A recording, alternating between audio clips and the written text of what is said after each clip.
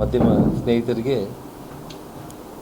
ಮೊದಲನೇದಾಗಿ ಒಂದು ಮಾಧ್ಯಮಗೋಷ್ಠಿಗೆ ಸ್ವಾಗತ ಹೇಳ್ತಾ,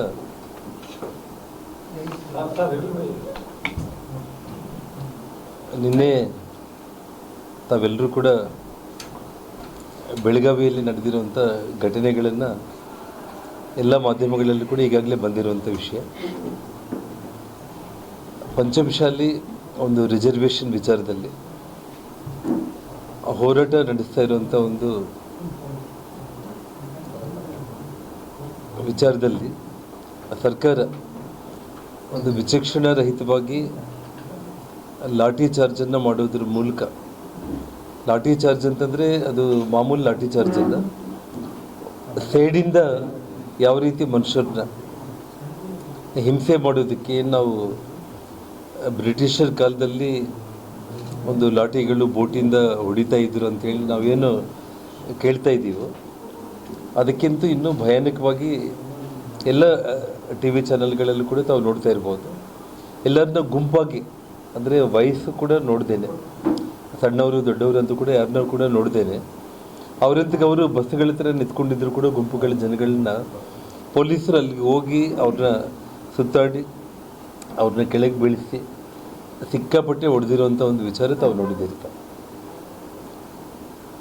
ಇಲ್ಲಿ ಇನ್ನೂ ಪ್ರಮುಖವಾಗಿ ಜಯಮೃತ್ಯುಂಜಯ ಸ್ವಾಮಿಗಳನ್ನು ಕೂಡ ಪೊಲೀಸರು ಬಂಧನದಲ್ಲಿ ಇಡುವಂಥ ಒಂದು ವಿಚಾರ ಆಗಿರ್ಬೋದು.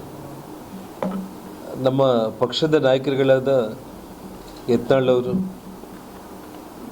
ಮತ್ತು ಸಿ ಪಾಟೀಲ್ರು, ಮುನೇನ್ ಕುಪ್ಪ ಅವರು ಮತ್ತು ಬಹಳಷ್ಟು ಮಂದಿ, ನಮ್ಮ ಅರವಿಂದ್ ಬೆಲ್ಲದವರು ಪ್ರತಿಪಕ್ಷದ ಉಪನಾಯಕರು, ಇಷ್ಟು ಮಂದಿನೂ ಕೂಡ ಒಂದು ಕಡೆ ಬಂಧನ ಮಾಡಿ ಇನ್ನೊಂದು ಕಡೆ ಅವ್ರನ್ನ ಬಂಧನದಲ್ಲಿಟ್ಟು, ಸ್ವಾಮೀಜಿಯವ್ರನ್ನ ಬಂಧನದಲ್ಲಿಟ್ಟು ಅಮಾಯಕ ಜನರನ್ನು ಮನಬಂದಂತೆ, ಅಂದರೆ ಇವತ್ತು ನಾನು ನಿನ್ನೆ ಅಸೆಂಬ್ಲಿಯಲ್ಲಿ ಒಳಗಡೆ ಕುಂತಿದ್ದೆ, ನಾನು ನೋಡ್ತಾ ಇದ್ದೆ, ಅಲ್ಲಿ ADG ಹಿತೇಂದ್ರ ಬಂದರು, ಓಡೋಡಿ ಬಂದರು, ಒಳಗಡೆ ಬಂದು ಮುಖ್ಯಮಂತ್ರಿಗಳ ಗಮನ ಸೆಳೆಯೋದಕ್ಕೆ ಅವರು ಜಸ್ಟ್ ಅಲ್ಲಿ ಕರೀತಾ ಇದ್ದರು. ನಾನು ಏನೋ ವಿಚಾರ ಏನಾದರೂ ಇರ್ಬೋದು ಅಂತ ನಾವು ಅಂದ್ಕೊಂಡಿದ್ದು. ಬಂದೊಂದು 5 ನಿಮಿಷದಲ್ಲಿ ಮುಖ್ಯಮಂತ್ರಿಗಳು ಕೂಡ ಹೊರಗಡೆ ಹೋಗ್ಬಿಟ್ಟು ಹಿತೇಂದ್ರ ಅವ್ರ ಜೊತೆಯಲ್ಲಿ ಮೀಟಿಂಗ್ ಮಾಡಿದರು. ಮೀಟಿಂಗ್ ಆದ ತಕ್ಷಣ ನಾವು ಅಸೆಂಬ್ಲಿಯಿಂದ ಹೊರಗಡೆ ಬರೋದ್ರೊಳಗಡೆ ಏನೆಲ್ಲ ಅನಾಹುತ ಆಗಬೇಕೋ ಅನಾಹುತ ಆಗೋಗಿತ್ತು. ಅಂದರೆ ಮುಖ್ಯಮಂತ್ರಿಗಳ ನಿರ್ದೇಶನದ ಮೇರೆಗೆ ADG ಇವತ್ತು ಏನು ಹಿತೇಂದ್ರ ಇದ್ದಾನೆ, ಒಬ್ಬ ಸ್ಯಾಡಿಸ್ಟ್ ರೀತಿಯಲ್ಲಿ ಪೊಲೀಸರಿಗೆ ಅವರು ಹುಕುಮನ್ನು ಜಾರಿ ಮಾಡೋದ್ರ ಮೂಲಕ ಬ್ರಿಟಿಷ್ ಕಾಲದಲ್ಲಿ ಆಗಿರುವಂಥ ಒಂದು ಘಟನೆಗಳನ್ನು ಮರುಕಳಿಸುವಂಥ ರೀತಿಯಲ್ಲಿ ಶಾಂತಿಯುತವಾಗಿ ಇವತ್ತೇನು ಪಂಚಮಶಾಲಿಗಳು ಒಂದು ಹೋರಾಟ ಮಾಡ್ತಾಯಿದ್ರು, ಆ ಹೋರಾಟವನ್ನು ಹತ್ತಿಕ್ಕುವಂಥ ಒಂದು ಕೆಟ್ಟ ಕೆಲಸಕ್ಕೆ ಇವತ್ತು ಸರ್ಕಾರ ಕೈ ಹಾಕಿರುವಂಥ ಒಂದು ವಿಚಾರ. ಈ ವಿಷಯದಲ್ಲಿ ಸ್ವಾಮೀಜಿಗಳು ಒಂದೇ ಮಾತನ್ನು ಹೇಳಿದರು. ಯಾಕೆಂದರೆ ಮುಖ್ಯಮಂತ್ರಿಗಳನ್ನ ಅಲ್ಲಿಗೆ ಕರೆಸ್ಕೊಂಡು ಅಲ್ಲಿ ಬಂದಿರುವಂಥ ಜನಗಳಿಗೆ ಒಳ್ಳೆ ಸಮಾಧಾನಕರವಾದ ವಿಚಾರ, ಕಾನೂನುಬದ್ಧವಾಗಿ ರಿಸರ್ವೇಷನ್ನ ಇವತ್ತು ಮಾಡ್ತೀರಾ, ನಾಳೆ ಮಾಡ್ತೀರಾ, ಈ 3 ವರ್ಷದಲ್ಲೇ ಮಾಡ್ತೀರಾ, ಅಥವಾ ಅದ್ರ ವಿಚಾರಗಳು ಬೇರೆ. ಆದರೆ ಒಬ್ಬ ಈ ರಾಜ್ಯದ ಮುಖ್ಯಮಂತ್ರಿಗಳಾಗಿ ಒಂದು ಭರವಸೆ ಕೊಡುವಂಥ ಒಂದು ಪ್ರಾಮಾಣಿಕ ಪ್ರಯತ್ನ ಅವರು ಮಾಡದೇನೆ ಅಲ್ಲಿ ಇಲ್ಲಿ ಜನಗಳಲ್ಲಿ ಒಂದು ಸುಮಾರು 50,000ಕ್ಕೂ ಹೆಚ್ಚು ಜನ ಒಂದು ಕಡೆ ಕುಂತು ಶಾಂತಿಯುತವಾಗಿ ಅವರು ಹೋರಾಟ ಮಾಡೋ ಸಂದರ್ಭದಲ್ಲಿ ಆ ವೇದಿಕೆಗೆ ಹೋಗಿ ಅವ್ರು ಏನು ಹೇಳ್ಬೇಕಂತ ಅಂದ್ಕೊಂಡಿದ್ದಾರೆ ಅದನ್ನಲ್ಲಿ ಹೇಳಿಬಿಟ್ಟಿದ್ರೆ ಮುಗಿದೋಯ್ತು. ಆದರೆ ಮಾಧ್ಯಮ ಸ್ನೇಹಿತರಿಗೆ ಒಂದು ತಪ್ಪು ಮಾಹಿತಿಯನ್ನು ಕೊಡೋದ್ರ ಮೂಲಕ ನಾನು ಅವ್ರನ್ನ ಕರೆದೆ, ಅವ್ರು ಬಂದಿಲ್ಲ ಅಂತೇಳಿ ಅವರು ಒಂದು ತಪ್ಪು ಮಾಹಿತಿಯನ್ನು, ಯಾಕೆಂದರೆ ಈ ಘಟನೆ ಆದ ತಕ್ಷಣ ಅದರಿಂದ ತಪ್ಪಿಸ್ಕೊಳ್ಳೋದಕ್ಕೆ ಈ ರಾಜ್ಯದ ಮುಖ್ಯಮಂತ್ರಿಗಳು ನಾವು ಜಯಮೃತ್ಯುಂಜಯ ಸ್ವಾಮಿಯವ್ರನ್ನ ಕರೆದಿದ್ದೀವಿ ಮಾತಾಡಲಿಕ್ಕೆ, ಅವರು ಬಂದಿಲ್ಲ, ಬಾರದೇ ಈ ರೀತಿ ಘಟನೆಗಳಿಗೆ ಅವರೇ ಮಾಡಿಕೊಟ್ಟಿದ್ದಾರೆ ಅನ್ನೋ ರೀತಿಯಲ್ಲಿ ಅವ್ರ ಮೇಲೆ ಆಪಾದನೆ ಮಾಡುವಂಥ ಒಂದು ಕೆಲಸಕ್ಕೂ ಮುಂದಾಗಿದ್ದಾರೆ. ಇವತ್ತು ನಾನು ನೋಡಿದಂತೆ ಜಯಮೃತ್ಯುಂಜಯ ಸ್ವಾಮಿಗಳು ಸುಮಾರು ವರ್ಷಗಳಿಂದ ಅವರೇನು ಹೋರಾಟ ಮಾಡಿ ಬರ್ತಾ ಇದ್ದಾರೆ, ತುಂಬ ಶಾಂತಿಯುತವಾಗಿ ಪ್ರತಿಭಟನೆಗಳು, ಪಾದಯಾತ್ರೆಗಳು, ಇದ್ರ ಮೂಲಕನೇ ಅವ್ರು ಮಾಡ್ತಾ ಬಂದರಾಗಲಿ ಕೂಡ ಎಲ್ಲಿ ಕೂಡ ನಿನ್ನೆ ಬೆಳಗಾವಿಯಲ್ಲೂ ಕೂಡ ಶಾಂತಿಯುತವಾಗಿ ಒಂದು ನಿರ್ದೇಶಿತ ಪ್ರದೇಶದಲ್ಲಿ ಎಲ್ಲಿ ಸಭೆಯನ್ನು ಮಾಡಬೇಕಾಯಿತು ಅಲ್ಲೇ ಸಭೆಯನ್ನು ಮಾಡಿ ಮುಖ್ಯಮಂತ್ರಿಗಳು ಬರ್ತಾರೆ ಅಂತೇಳಿ ಅವರು ಅಪೇಕ್ಷೆ ಪಟ್ಟಿದ್ದರು. ಆದರೆ ಮೂವರು ಮಂತ್ರಿಗಳಲ್ಲಿಗೆ ಬಂದು ಅವರಿಗೆ ಸಮಾಧಾನ ಹೇಳೋದನ್ನು ಬಿಟ್ಟು ನಿಮ್ಮ ಅಭಿಪ್ರಾಯನ ಕೇಳಿ ಮುಖ್ಯಮಂತ್ರಿಗಳು ನಮಗೆ ತಿಳಿಸಿ ಅಂತ ಹೇಳಿದ್ದಾರೆ ಅಂತ ಹೋದರು. ಆ ಅಭಿಪ್ರಾಯ ಏನಿದೆ ತಿಳಿಸೋದಕ್ಕೆ, ಅವ್ರ ಹೋರಾಟ ಏನನ್ನೋದು ಇಡೀ ಜಗತ್ತಿಗೆ ಗೊತ್ತಿರುವಂಥ ಒಂದು ವಿಷಯ.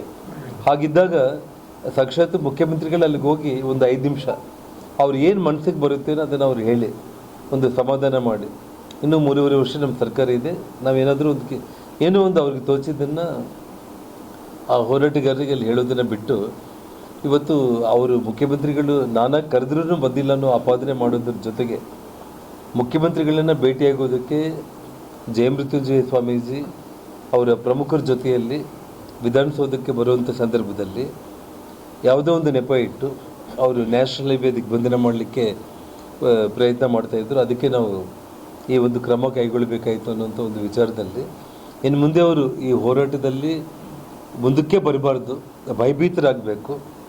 ಅಂದರೆ ನಾವು ಪ್ರಾಣನೇ ಕಳ್ಕೊಬೇಕಾಯಿತು, ಆದರೆ ಬದುಕಿದ್ದೇ ನಮ್ಮದು ದೊಡ್ಡ ವಿಚಾರ ಅನ್ನೋಂಥ ಒಂದು ಭಯ ಹುಟ್ಟಿಸೋವಂಥ ಒಂದು ಕೆಲಸಕ್ಕೆ ಇವತ್ತು ಕೈ ಹಾಕಿ ಸುಮಾರು 50ಕ್ಕೂ ಹೆಚ್ಚು ಜನರು ಕೈ ಮುರಿದು, ಕಾಲು ಮುರಿದು, ತಲೆಗಳಿಗೆ ಹೊಲೆಗಳೆಲ್ಲ ಬಿದ್ದು ರಕ್ತ ಬರುವಂಥ ಒಂದು ವಾತಾವರಣ ತಾವೆಲ್ಲ ಕೂಡ ನೋಡಿದ್ದೀರಲ್ಲ. ಇದು ತುಂಬ ಖಂಡನೀಯವಾದ ವಿಚಾರ. ಈ ವಿಚಾರದಲ್ಲಿ ರಾಜ್ಯದ ಮುಖ್ಯಮಂತ್ರಿ ಸಿದ್ದರಾಮಯ್ಯನವರು ಇವತ್ತು ಇಡೀ ಪಂಚಮಶಾಲಿ ಜನಾಂಗಕ್ಕೆ ಮಾತ್ರ ಅಲ್ಲ, ಇಡೀ ಕರ್ನಾಟಕ ಜನರಿಗೆ ಅವರು ಕ್ಷಮೆಯನ್ನು ಕೇಳುವಂಥ ಒಂದು ಪ್ರಾಮಾಣಿಕ ಕೆಲಸವನ್ನು ಮಾಡಿ ಮುಂದೆ ಮತ್ತೆ, ಯಾಕೆಂದರೆ ಈ ಹೋರಾಟ ಇನ್ನೂ ದೊಡ್ಡ ಹಂತದಲ್ಲಿ ಹೋಗೋ ಲಕ್ಷಣಗಳು ಕಾಣಿಸ್ತಾ ಇದೆ. ಇದಕ್ಕೆ ಮುಖ್ಯಮಂತ್ರಿಗಳು ತಿಲಾಂಜಲಿಯನ್ನು ಅವರು ಆಡಬೇಕಾಗಿದೆ. ಅಂದರೆ ಅದನ್ನು ಫುಲ್ ಸ್ಟಾಪ್ ಇಡಬೇಕು. ಅವರು ಇದೇ ರೀತಿ ಅವರು ಜನಗಳನ್ನ ರೊಚ್ಚಿಗೆಬ್ಬಿಸಬೇಕು ಅನ್ನೋಂಥ ಒಂದು ಕೆಟ್ಟ ಯೋಚನೆಗಳು ಅವರಲ್ಲಿ ಇದ್ದರೆ ಇದು ತುಂಬ ತಪ್ಪಾಗುತ್ತೆ. ಹಾಗಾಗಿ ಅವರು ಕ್ಷಮೆಯನ್ನು ಯಾಚಿಸಿ ಪಂಚಮಶಾಲಿ ಜಯಮೃತ್ಯುಂಜಯ ಸ್ವಾಮಿಗಳ ಹತ್ರ ಖುದ್ದಾಗಿ ಅವರೇ ವೈಯಕ್ತಿಕವಾಗಿ ಹೋಗಿ ಭೇಟಿ ಮಾಡಿ ಆಗಿರೋ ಘಟನೆಗಳಿಗೆ ಸ್ವಾಂತನ ಹೇಳೋದ್ರ ಮೂಲಕ ಇನ್ನು ಮುಂದೆ ಈ ರೀತಿ ಮರುಕಳಿಸೋಲ್ಲ ಅನ್ನೋಂಥ ಭರವಸೆಯನ್ನು ಕೊಡಬೇಕು ಅಂತೇಳಿ ನಾನು ತಮ್ಮ ಮೂಲಕ ಆಗ್ರಹ ವ್ಯಕ್ತಪಡಿಸ್ತಾ ಇದ್ದೇನೆ.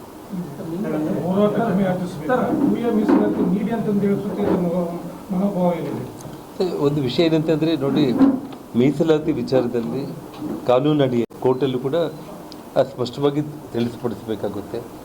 ಆ ವಿಚಾರ ಒಂದು ಕಡೆ ಇಲ್ಲ. ನಾನು ಹೇಳ್ತಾ ಇರೋದೇನೆಂದರೆ, ಹೋರಾಟ ಮಾಡುವಂಥ ಒಂದು ಹಕ್ಕು ಪ್ರತಿಯೊಬ್ಬರಿಗೂ ಇದೆ. ಯಾವುದೇ ವಿಚಾರದಲ್ಲೂ ಕೂಡ ನಾವು ಹೋರಾಟ ಮಾಡೋದಕ್ಕೆ ನಮಗೆ ಕಾನೂನಲ್ಲಿ ನಮಗೆ ಅವಕಾಶ ಇದೆ. ಮತ್ತು ಉಚ್ಚ ನ್ಯಾಯಾಲಯನೇ ಒಂದು ನಿರ್ದೇಶಿತ ಒಂದು ಪ್ಲೇಸನ್ನು ಅವ್ರಿಗೆ ಕೊಟ್ಟು ಸರ್ಕಾರ ಚೆನ್ನಾಗಿ ನಡ್ಕೋಬೇಕು, ಅವ್ರ ಜೊತೆಯಲ್ಲಿ ಅವ್ರಿಗೆ ಹೋರಾಟಕ್ಕೆ ಅವಕಾಶ ಮಾಡಿಕೊಡ್ಬೇಕು ಅಂತೇಳಿ ಹೇಳಿದ್ದಾರೆ. ಅದನ್ನು ಮುಖ್ಯಮಂತ್ರಿಗಳೇ ಪಾಲಿಸಲಿಲ್ಲಲ್ಲ. ಇದು ನಾನು ನಿಜವಾಗ್ಲೂ ಹೇಳಬೇಕಂದ್ರೆ ಮಸೂದ್ರವರೇ, ನಿಮಗೆ ಇದು ಹತ್ತಿಕ್ಕುವಂಥ ಒಂದು ಕೆಲಸ. ಇನ್ನು ಮುಂದೆ ಅವ್ರ ಹೆಸರು ಹೇಳಲೇಬಾರ್ದು, ಈ ಸಬ್ಜೆಕ್ಟೇ ಇನ್ನು ತೊಗೊಂಡು ಬರಬಾರ್ದು. ಆ ಹಂತಕ್ಕೆ ನಾವು ಅವ್ರು ನಿನ್ನೆ ಹೊಡೆದಿದ್ದ ರೀತಿ ನೋಡಿದರೆ ನಿಮಗೆ ಇವಾಗ ಬ್ಯಾರಿಕೇಡ್ಸ್ ಹತ್ರ ಬಂದು ಯಾರಾದರೂ ಮುನ್ನುಗ್ತಾ ಇದ್ದಾರೆ, ಅಲ್ಲಿ ಲಾಠಿ ಚಾರ್ಜ್ ಮಾಡಿದ್ದೀವಿ ಅಂದರೆ ಅರ್ಥ ಇದೆ. ನಿನ್ನೆ ತಾವು ನೋಡಿರ್ಬೋದು, ಸುಮಾರು ಬಸ್ಗಳಲ್ಲಿ ಹೋಗಿ ಜನ ಬಸ್ಸಲ್ಲಿ ಕೂತವ್ರನ್ನ ಕೆಳಗಡೆ ಎಳೆದಾಡಿ ಹೊಡೆದಿರುವಂಥದ್ದಾಗಿರ್ಬೋದು. ಸುಮಾರು ವಯಸ್ಸಾಗಿರೋಂಥ ವೃದ್ಧರು, ಅಂದರೆ ಆ ಒಂದು ಅವರವರ ಒಂದು ಜಾತಿ ಜನಾಂಗಕ್ಕೆ ನ್ಯಾಯ ಒದಗಿಸ್ಕೊಳ್ಳೋದಕ್ಕೆ ವಾಲಂಟ್ರಿಯಾಗಿ ಏನು ಜನ ಬಂದಿದ್ದಾರಲ್ಲ, ವಯಸ್ಸನ್ನು ಕೂಡ ನೋಡ್ದೇನೆ ಅವ್ರು ಏನು ಮನಬಂದಂತೆ ಏನು ಹೊಡೆದಿದ್ದಾರಲ್ಲ, ಅವರು ಇವತ್ತು ರಕ್ತ ನೆಲಕ್ಕೆ ಬೀಳೋ ರೀತಿಯಲ್ಲಿ ಹೊಡೆದಿದ್ದಾರಲ್ಲ, ಇದನ್ನು ನೋಡಿದರೆ ಹತ್ತಿಕ್ಕಬೇಕು. ಇನ್ನು ಮುಂದೆ ಯಾರು ಕೂಡ ಜಯಮೃತ್ಯುಂಜಯ ಸ್ವಾಮಿ ಅವರು ಕರೀಲಿ, ಅಥವಾ ನಮ್ಮ ಪಕ್ಷದ ನಾಯಕರುಗಳು ಕರೀಲಿ, ಅಥವಾ ಬೇರೆ ಯಾರೇ ಈ ಪಂಚಮಶಾಲಿ ನಾಯಕರುಗಳು ಮುಂದಾಳಿತ್ವ ವಹಿಸಿದ್ರು ಕೂಡ ಯಾವುದೇ ಹೋರಾಟಕ್ಕೆ ಇನ್ಯಾರು ಮುಂದಕ್ಕೆ ಬರಬಾರ್ದು ಅನ್ನೋಂಥ ಒಂದು ರೀತಿಯಲ್ಲಿ ಒಂದು ಭಯದ ವಾತಾವರಣ ಸೃಷ್ಟಿ ಮಾಡಿ, ನಮ್ಮ ಜೀವನೇ ಹೋಗುತ್ತೆ ಅನ್ನೋಂಥ ಒಂದು ವಾತಾವರಣ ಸೃಷ್ಟಿ ಮಾಡಿ ಇವತ್ತು ಹತ್ತಿಕ್ಕುವಂಥ ಕೆಲಸನೇ ಮಾಡಿದ್ದಾರೆ. ಯಾರೂ ಮಾಡಬಾರ್ದಿಲ್ಲ.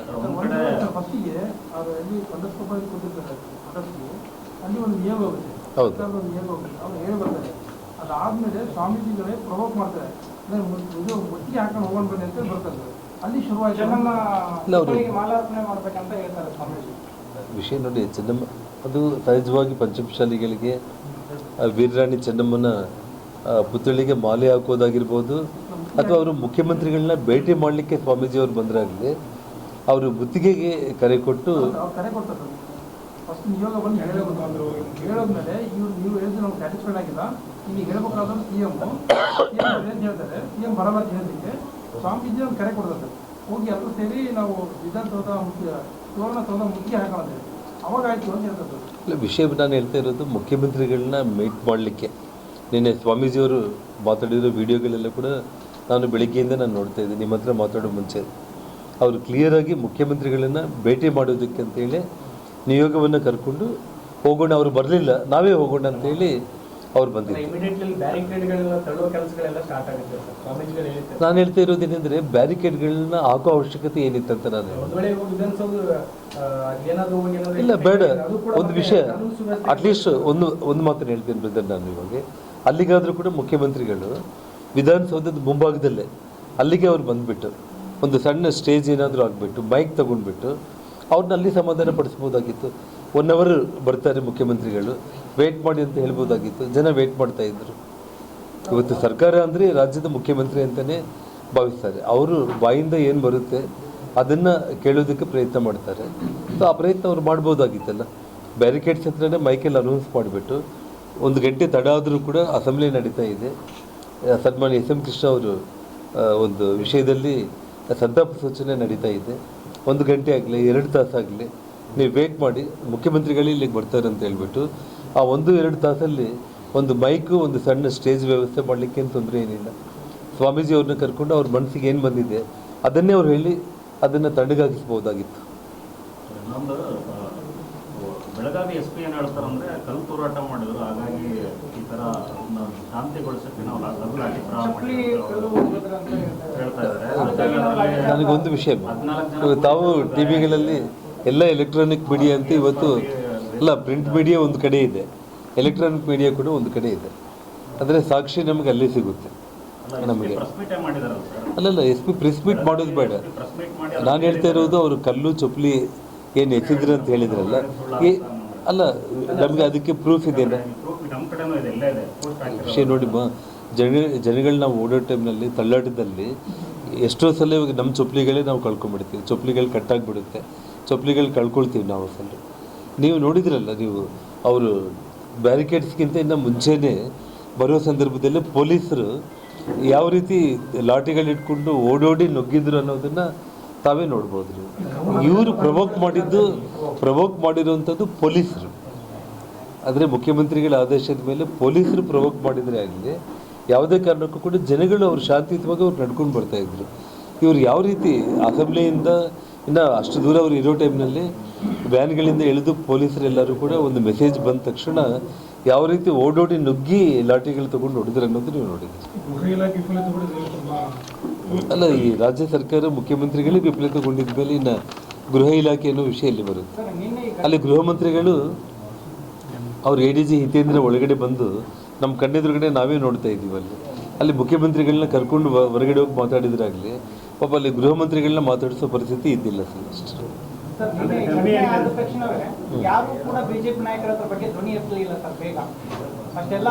ಅಲ್ಲ, ಹಾಗಂತಲ್ಲ.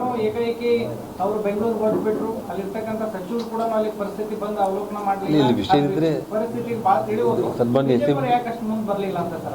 ಆ್ಯಕ್ಚುಲಿ ಆ ಘಟನೆ ಆಗೋದಕ್ಕಿಂತ ಮುಂಚೆನೇ SM ಕೃಷ್ಣ ಅವರ ವಿಚಾರದಲ್ಲಿ ಅಶೋಕ್ ಅವರು ಮತ್ತು ವಿಜೇಂದ್ರ ಅವರು ಇವರೆಲ್ಲರೂ ಕೂಡ, ವಿಜೇಂದ್ರ ಅವರು ಅಲ್ಲಿಗೆ ಹೋಗಿ ಮಾತಾಡಿದ್ದಾರೆ. ಇಲ್ಲಿ ಸ್ವಾಮಿಗಳು ಹೋರಾಟ ಮಾಡೋ ವೇದಿಕೆಗೆ ಹೋಗಿ ಅಲ್ಲೆಲ್ಲ ಕೂಡ ಪಕ್ಷದ ನಾಯಕರುಗಳೆಲ್ಲರೂ ಕೂಡ ಹೋಗಿ ಮಾತಾಡಿಕೊಂಡು ಅಲ್ಲಿಂದ ಒಂದು ಫ್ಲೈಟಲ್ಲಿ ಅವರೆಲ್ಲರೂ ಕೂಡ ಬೆಂಗಳೂರಿಗೆ ತಲುಪಿದ್ರು. ಅದೇ ಇನ್ನು ನೋಡಿ, ಇವತ್ತು ಯಾವುದೇ ವಿಚಾರದಲ್ಲಿ ಪಂಚಮಶಾಲಿ ಹೋರಾಟಕ್ಕೆ ಸಂಪೂರ್ಣವಾಗಿ ನಿನ್ನೆ ರಾಜ್ಯಾಧ್ಯಕ್ಷರಾದ ವಿಜೇಂದ್ರ ಅವರು ಹೋಗಿ ಬೆಂಬಲವನ್ನು ವ್ಯಕ್ತಪಡಿಸಿದ್ದಾರೆ. ಈ ವಿಚಾರದಲ್ಲಿ ಕೂಡ ನಾವೆಲ್ಲರೂ ಕೂಡ ಕಂಪ್ಲೀಟ್ ಇಡೀ ರಾಜ್ಯಾದ್ಯಂತ ನಮ್ಮ ಪಂಚಮಶಾಲಿ ಹೋರಾಟಕ್ಕೆ ಮತ್ತು ಜಯಮೃತ್ಯುಂಜಯ ಸ್ವಾಮಿಗಳ ಜೊತೆಯಲ್ಲಿ ನಾವು ಇದ್ದೀವಿ ಅನ್ನೋದನ್ನು ಸ್ಪಷ್ಟಪಡಿಸ್ತಾರೆ. ಹಲವು ಸಮುದಾಯಗಳು ಮೀಸಲಾತಿ ವಿಚಾರದಾಗ ಈ ಹೋರಾಟಕ್ಕೆ ಮುಂದಾಗ್ತಾರೆ. ಹಲವು ಸಮುದಾಯಗಳು, ಸೊ ಎಲ್ಲ ಸಮುದಾಯಗಳ ಬೇಡಿಕೆ ಕೂಡ ತಾವು ಜೊತೆಗಿರ್ತಾರೆ. ಹೇಗೆ ಸರ್ ವಿಷಯ ನಾನೇನಂದ್ರೆ ಹೇಳ್ತಾ ಇರೋದು, ಪ್ರತಿಯೊಬ್ಬರಿಗೂ ಕೂಡ ಪ್ರತಿಯೊಂದು ಸಮುದಾಯದಲ್ಲೂ ಕೂಡ ಮೀಸಲಾತಿ ಬಗ್ಗೆ ಅವ್ರದ್ದೇ ಆಗಿರುವಂಥ ಒಂದು ಬೇಡಿಕೆಗಳು, ಹೋರಾಟಗಳು ನಡೀತಾ ಇರ್ತವೆ. ಈ ವಿಷಯದಲ್ಲಿ ಏನಂತಂದರೆ ಕಾನೂನಲ್ಲಿ ಏನಿದೆ ಏನಿಲ್ಲ ಅನ್ನೋದು ಅದೊಂದು ಸಪ್ರೇಟ್ ಇಶ್ಯೂ ಅದು. ಆದರೆ ಇವತ್ತು ಯಾರಾದರೂ ಬಂದು ನಮ್ಮನ್ನು ಬೇಡಿಕೆ ಇಟ್ಟಿದ ತಕ್ಷಣ ಅವ್ರನ್ನ ನಾವು ಒದ್ದು ಓಡಿಸಿ ರಕ್ತ ಬರೋ ರೀತಿಯಲ್ಲಿ ನಾವು ಅವ್ರನ್ನ ಹೆದರಿಸ್ತೀವಿ ಅಂತಂದರೆ ಅದು ತಪ್ಪು ಅಂತ ನಾನು ಹೇಳ್ತಾ ಇರೋದು. ಸರ್, ಇದು ಅಂಜನಾದ್ರಿ ವಿಷಯಕ್ಕೆ ಸಂಬಂಧಪಟ್ಟಂಗೆ ಏನು ಅಗತ್ಯ ಮೂಲಭೂತ ಸೌಲಭ್ಯಗಳು ಆಗಿಲ್ಲ ಅಂತೇಳಿ ಅಲ್ಲಿ ಜನರ ಆರೋಪ. ನಾನು ಆ್ಯಕ್ಚುಲಿ ಇವಾಗ ನಾನು ಇದಾದಮೇಲೆ ಅದನ್ನೇ ತಾವು ಪ್ರಶ್ನೆ ಕೇಳಿದ್ದೀರಿ, ಅದನ್ನು ಹೇಳ್ತೀನಿ ನಾನು. ತಾವು ಇಲ್ಲಿ ನಮ್ಮ ಬಳ್ಳಾರಿ ಪತ್ರಕರ್ತರು ಕೂಡ ಕೆಲವೊಬ್ಬರು ಚಾನೆಲ್ಸ್ ಎಲ್ಲ ಕೂಡ ಮೊನ್ನೆ ಬಂದಿದ್ದರು. ನಾನು ಹನುಮಲೆ ಧರಿಸಿದಾಗ ಕಳೆದ 2 ವರ್ಷಗಳಿಂದ ಕೂಡ ತುಂಬ ಅದ್ಭುತವಾಗಿ ಎಲ್ಲ ಸೌಲಭ್ಯಗಳನ್ನ ಕೂಡ ಮಾಡ್ತಾ ಇದ್ದಾರೆ. ಹೆಚ್ಚು ಕಡಿಮೆ ನಿಮಗೆ 1500 ಪೊಲೀಸರನ್ನ ನಿಯೋಜನೆ ಮಾಡಿದ್ದಾರೆ. ಮತ್ತು ಪಾರ್ಕಿಂಗ್ ವ್ಯವಸ್ಥೆ ಸುಮಾರು ಅಂದರೆ ಅಂಜನಾದ್ರಿಗೆ ಎಲ್ಲ ದಿಕ್ಕಲ್ಲಿ ಕೂಡ ಭಾಳ ಅದ್ಭುತವಾಗಿ ಪಾರ್ಕಿಂಗ್ ವ್ಯವಸ್ಥೆಯನ್ನು ಕೂಡ ಈಗಾಗಲೇ ಮಾಡಿರುವಂಥದ್ದು. ಮತ್ತು ಪಾರ್ಕಿಂಗ್ ವ್ಯವಸ್ಥೆಯಿಂದ ಏನು ಮಾಡಿದ್ದಾರೆ, ಅಲ್ಲಿ ವಯಸ್ಸಾದವರಿಗೆ ದೇವಸ್ಥಾನಕ್ಕೆ ಬಂದು ಮೆಟ್ಲೆ ಇರೋದಕ್ಕೆ ಕಷ್ಟ ಆಗಿರೋ ಕಾರಣ ತಪ್ಪಲಲ್ಲೇ ಅಲ್ಲಿ ಆಂಜನೇಯ ಸ್ವಾಮಿ ಮೂರ್ತಿಗೆ ಪೂಜೆ ಮಾಡ್ಕೊಂಡು ಹೋಗಲಿಕ್ಕೆ ಕೂಡ ಒಂದು KSRTCಯಿಂದ ಬಸ್ಸು ವ್ಯವಸ್ಥೆ ಕೂಡ ಆಗಿರುವಂಥದ್ದು. ಮತ್ತು ಪ್ರಸಾದ ಮತ್ತು ಊಟದ ವಿಷಯದಲ್ಲಿ ತಗೊಂಡ್ರೆ ಈ ಹಿಂದೆ ಕೇವಲ ಹನುಮಮಲೆ ಧಾರಣೆ ಮಾಡಿರುವಂಥ ದಿವಸ ಮಾತ್ರ ಅಲ್ಲಿ ಪ್ರಸಾದ ವ್ಯವಸ್ಥೆ ಇರ್ತಾಯಿತ್ತು. ಈ ಬಾರಿ 3 ದಿವಸಗಳ ಕಾಲ, ಯಾಕೆಂದರೆ ಲಾಸ್ಟ್ ಟೈಮೇ ಸುಮಾರು 1,10,000 ಜನ ಅಲ್ಲಿಗೆ ಬಂದಿರುವಂಥ ವಿಷಯ. ಅಂದರೆ ಏನು ಪ್ರಸಾದ ವಿತರಣೆ ಮಾಡೋ ಟೈಮ್ನಲ್ಲಿ ಏನು ಟೋಕನ್ ಸಿಸ್ಟಮ್ನಲ್ಲಿ ಅಥವಾ ಪ್ರಸಾದ ಅವರು ಪರ್ಚೇಸ್ ಮಾಡಿದ್ದಾರೆ ದೇವ್ರದ್ದು, ಆ ಅಕೌಂಟಲ್ಲಿ ಸುಮಾರು ನಿಮಗೆ 70,000 ರಿಸಿಪ್ಟ್ಸ್ ಬಂದಿತ್ತು. ಸೊ ಟೋಟಲ್ 1,10,000 ಜನ ಬಂದಿರೋದು ಲಾಸ್ಟ್ ಇಯರ್. ಈ ಬಾರಿ ಸುಮಾರು 2 ಲಕ್ಷಕ್ಕೂ ಹೆಚ್ಚು ಜನ ಬರ್ತಾ ಇದ್ದಾರೆ ಅನ್ನೋದು ಒಂದು ಲೆಕ್ಕಾಚಾರ ಇರೋ ಕಾರಣ ಈ ಪ್ರಸಾದದ ವ್ಯವಸ್ಥೆ ಕೂಡ 3 ದಿವಸಗಳ ಕಾಲ ನಿರಂತರವಾಗಿ ಮಾಡುವಂಥ ಒಂದು ಕೆಲಸ ಆಗ್ತಾಯಿದೆ. ಒಂದೇ ಕಡೆ ರಶ್ ಆಗಬಾರ್ದು ಅಂತ ಹೇಳಿ ಕೂಡ ಮುಂಚೆ ದಿನದಿಂದನೇ ಎಲ್ಲೆಲ್ಲಿ ನಮ್ಮ ಭಕ್ತಾದಿಗಳು ಬರ್ತಾ ಇದ್ದಾರೆ ಆ ಭಾಗದಲ್ಲೇ ಪ್ರಸಾದದ ವ್ಯವಸ್ಥೆ ಕೂಡ ತುಂಬ ಅಚ್ಚುಕಟ್ಟಾಗಿ ಮಾಡ್ತಾ ಇದ್ದಾರೆ. ಮತ್ತು ದೇವಾಲಯದಲ್ಲಿ ಹೂವಿನ ಅಲಂಕರಣೆ ತುಂಬ ಸುಂದರವಾಗಿ ಭಾಳಷ್ಟು ಒಳ್ಳೆಯ ಸುಗಂಧದ ಪರಿಮಳ ಕೊಡುವಂಥ ಒಳ್ಳೆಯ ಹೂವುಗಳನ್ನು ಬೇರೆ ಬೇರೆ ರಾಜ್ಯಗಳಿಂದ ಕೂಡ ತರಿಸಿ ಹೂವಿನ ಅಲಂಕಾರ ಕೂಡ ಒಂದು ಕಡೆ ನಡೀತಾ ಇರುವಂಥದ್ದು. ಸರ್, ಇನ್ನೊಂದು ಸ್ಥಳೀಯರ ಆರೋಪ ಅಂದರೆ ಚಿಕ್ಕರಾಮಪುರ ಇದೆಯಲ್ಲ, ಅಲ್ಲಿ ಸ್ಥಳೀಯರ ಆರೋಪ ನಿನ್ನೆ ನಾವು ಹೋಗಿದ್ವಿ. ಅವ್ರೇನು ಹೇಳ್ತಾರೆ ಅಂದರೆ ಅಂಜನಾದ್ರಿ ಮಲದಾರಿಗಳು ಬರೋಕ್ಕಾರಷ್ಟೇ ಒಂದು 3 ದಿನಕ್ಕೆ ಮುಂಚೆ ಈ ಕೆಲಸ ಮಾಡ್ತಾರೆ. ಅದಾದ್ರೆ ನಾವು ಇದುವರೆಗೂ ನಮಗೆ ಅಲ್ಲಿ ಕುಡಿಯೋ ನೀರಿನ ವ್ಯವಸ್ಥೆನೇ ನಮ್ಗೆ ಸರಿಯಾಗಿಲ್ಲ. ಸಂಬಂಧಪಟ್ಟರು ಯಾರು ಕೆಲಸ ಮಾಡ್ತಾರೆ, ಕೆಲಸನೇ ಮಾಡ್ತಾರೆ. ಒಂದು ಮೂಲದಾರಿಗೂ ಏನು ಫೆಸಿಲಿಟಿ ಮಾಡ್ತಾ ಇಲ್ಲ ಅಂತ. ಅದು ಸಂಗಣ್ಣ ಕರಡಿ. ನಾನು ನಿಮ್ಗೆ ಬೇಕಾದರೆ ನೀವೆಲ್ಲರೂ ನನ್ನ ಜೊತೆಯಲ್ಲಿ ಬರ್ಬೋದು. ನಾಳೆ ಬೆಳಿಗ್ಗೆಯಿಂದ ನಾನು ಸಂಜೆ ತನಕ ಅಂಜನಾದ್ರಿ ಸುತ್ತಮುತ್ತಲನ್ನು ನಾನು ಓಡಾಡ್ತಾ ಇದ್ದೀನಿ. ತಾವೆಲ್ಲರೂ ಬರ್ತೀವಿ ಅಂತಂದರೆ ನಾನು ಬೇಕಾದರೆ ಒಂದು 2-3 ವೆಹಿಕಲ್ಸನ್ನು ಕೂಡ ವ್ಯವಸ್ಥೆ ಮಾಡ್ತೀನಿ. ನನ್ನ ಜೊತೆ ಬಂದು ನಿಮ್ಮ ಕಣ್ಣಾರೆ ನೀವೇ ನೋಡಿ ಅಲ್ಲಿ ಏನಿದೆ ಅದನ್ನು ನೀವು ನೋಡಿ. ಯಾರಾದರೂ ಒಂದು ಕಡೆ ಅಂದರೆ ನಿಮಗೆ ನೋಡಿ, ಇವತ್ತು ರಸ್ತೆ ಬಗ್ಗೆ ನಾನು ಹೇಳ್ತಾ ಇದ್ದೀನಿ, ಅದೆಲ್ಲ ನೀಟಾಗಿ ತುಂಬ ಅಚ್ಚುಕಟ್ಟಾಗಿ ನಡೀತಾ ಇರೋದು. ಕೊಟ್ಟಿದ್ದಾರೆ. ನಿಮಗೆ 13ನೇ ತಾರೀಕು ಬೆಳಿಗ್ಗೆ ಸುಮಾರು ಒಂದು 25,000 to 30,000 ಹನುಮಲಧಾರಿಗಳ ಜೊತೆಯಲ್ಲಿ ಗಂಗಾವತಿ ನಗರದಲ್ಲಿ ಪ್ರತಿ ವರ್ಷ ಯಾವ ರೀತಿ ಆಗುತ್ತೇನೋ ಅದೇ ಒಂದು ರೀತಿಯಲ್ಲಿ ಸಂಕೀರ್ತನಾ ರ್ಯಾಲಿ ಅಂತೇಳಿ ಮಾಡೋದಾಗುತ್ತೆ. ಅದಾದಮೇಲೆ ಕನಿಷ್ಠ 30,000ಕ್ಕಿಂತ ಹೆಚ್ಚಿರ್ಬೋದು, ಆದರೆ 30,000 ಜನ ಅಂತೂ ಪ್ರತಿ ವರ್ಷ ಹೇಗೆ ಆಗುತ್ತೇನೋ ಅದೇ ರೀತಿಯಲ್ಲಿ ಈ ಸಲ ಕೂಡ ಸಂಕೀರ್ತನಾ ರ್ಯಾಲಿ ಕೂಡ ಆಗ್ತಾ ಇತ್ತು. ಬೆಳಗಾವಿ ಭಾಗದಿಂದ ಬರೋರಿಗೆ ಈ ಹೊಸಪೇಟೆಯಲ್ಲಿ ಈ ಕಡೆನೇ ಡೈವರ್ಟ್ ಮಾಡ್ತಾರೆ. ಅವರು ಬೇರೆ ಭಾಗಕ್ಕೆ ಬೆಳಗಾವಿಯಿಂದ ಬರೋರಿಗೆ, ಹುಬ್ಳಿಯಿಂದ ಬರೋರಿಗೆ, ಅವ್ರಿಗೆಲ್ಲ ಡೈವರ್ಟ್ ಮಾಡ್ತಾರೆ. ಹುಡುಗಿಂದ ಹೋಗಿ ಗಂಗಾವತಿಗೆ ಬೇಡ. ಅಂದರೆ ವಿಷಯ ಏನಾಗಿದೆ ಅಂತಂದ್ರೆ ಗಂಗಾವತಿ ನಗರ ಕೂಡ ತುಂಬ ಚಿಕ್ಕದಾಗಿರುವಂಥದ್ದು. ಮತ್ತು ಅಂಜನಾದ್ರಿಗೆ ಬರಲಿಕ್ಕೆ 4-5 ರಸ್ತೆಗಳಿದೆ. ಅಂದರೆ 4-5 ರಸ್ತೆಗಳಿಂದ ಅವ್ರು ಬರೋದ್ರಿಂದ ಆ ರಶನ್ನು ಕಂಟ್ರೋಲು ಮಾಡ್ಬೋದು ಮತ್ತು ಅವರಿಗೆ ಒಳ್ಳೆಯದಾಗುತ್ತೆ. ಯಾಕಂದರೆ ನೋಡಿ, ಇವಾಗ ಒಂದೇ ಸಿಂಗಲ್ ರೋಡಲ್ಲಿ ಗಂಗಾವತಿಗೆ ಬಂದು ಗಂಗಾವತಿಯಿಂದ ಅಂಜನಾದ್ರಿಗೆ ಬರಬೇಕಂದ್ರೆ ಅಷ್ಟು ಲಕ್ಷ ಜನಗಳಿಗೆ ತೊಂದರೆ ಆಗುತ್ತೆ. ಇವಾಗ ನಿಮಗೆ ಕೊಪ್ಪಳ ಹಿತ್ನಾಳಿಂದ ಅಂಜನಾದ್ರಿಗೆ, ಇವತ್ತು ನಮ್ಮ ಬಳ್ಳಾರಿ ಕಡೆಯಿಂದ ನಾವು ಹೋಗೋರಿಗೆ ಅಥವಾ ಬೇರೆ ಈ ಜಿಲ್ಲೆಗಳಿಂದ ಬರುವಂಥವ್ರು ಕೂಡ ಈ ಕಡೆಬಾಗಿಲಿದೆಯಲ್ಲ, ಕಡೆಬಾಗಿಲಿಂದ ಅಂಜನಾದ್ರಿಗೆ, ಒಂದು ಕಡೆ ನಮ್ಮ ಗುಲ್ಬರ್ಗ, ಬೀದರ್, ರಾಯಚೂರು ಕಡೆಯಿಂದ ಬರೋರಿಗೆ ಮರಳಿ ಮತ್ತು ಅಂಜನಾದ್ರಿಗೆ ಬರಲಿಕ್ಕೆ ಮತ್ತು ಗಂಗಾವತಿಯಿಂದ ಬರಲಿಕ್ಕೆ ಸುಮಾರು ಒಂದು 4 ಮಾರ್ಗಗಳಿರೋ ಕಾರಣ ಸುಮಾರು 2 ಲಕ್ಷ ಜನ. ಮತ್ತು ಅಂಜನಾದ್ರಿ ಬೆಟ್ಟ ನಿಮಗೆ ಗೊತ್ತು ಅಲ್ಲಿ ವಾಸ್ತವ ಸ್ಥಿತಿ. ಸೊ ಭಕ್ತಾದಿಗಳಿಗೆ ಒಂದೇ ಕಡೆ ರಶ್ ಆಗೋದ್ರಿಂದ ಇಲ್ಲಿ ತೊಂದರೆಗಳಾಗಬಾರ್ದು ಅಂತೇಳಿ ಅಲ್ಲೇ ಬಂದು 4 ರಸ್ತೆಗಳ ಮೂಲಕ ಅಲ್ಲಿ ಬಂದು ಸೇರ್ಕೊಳ್ಳುತ್ತೆ. ಸರ್, ಈಗ ಲಾಠಿ ಪ್ರಹಾರದ್ದು ನೀವು ಪಾಕಿಸ್ತಾನ ಎನ್ಕ್ವೈರಿ ಮಾಡಕ್ಕೆ ಹೇಳ್ತೀರಾ, ಏನು ಸರ್? ಇವತ್ತು ನಿನ್ನೆ ಈಗಾಗಲೇ ಒಂದು ನಮ್ಮ ನಾಯಕರುಗಳೆಲ್ಲರೂ ಕೂಡ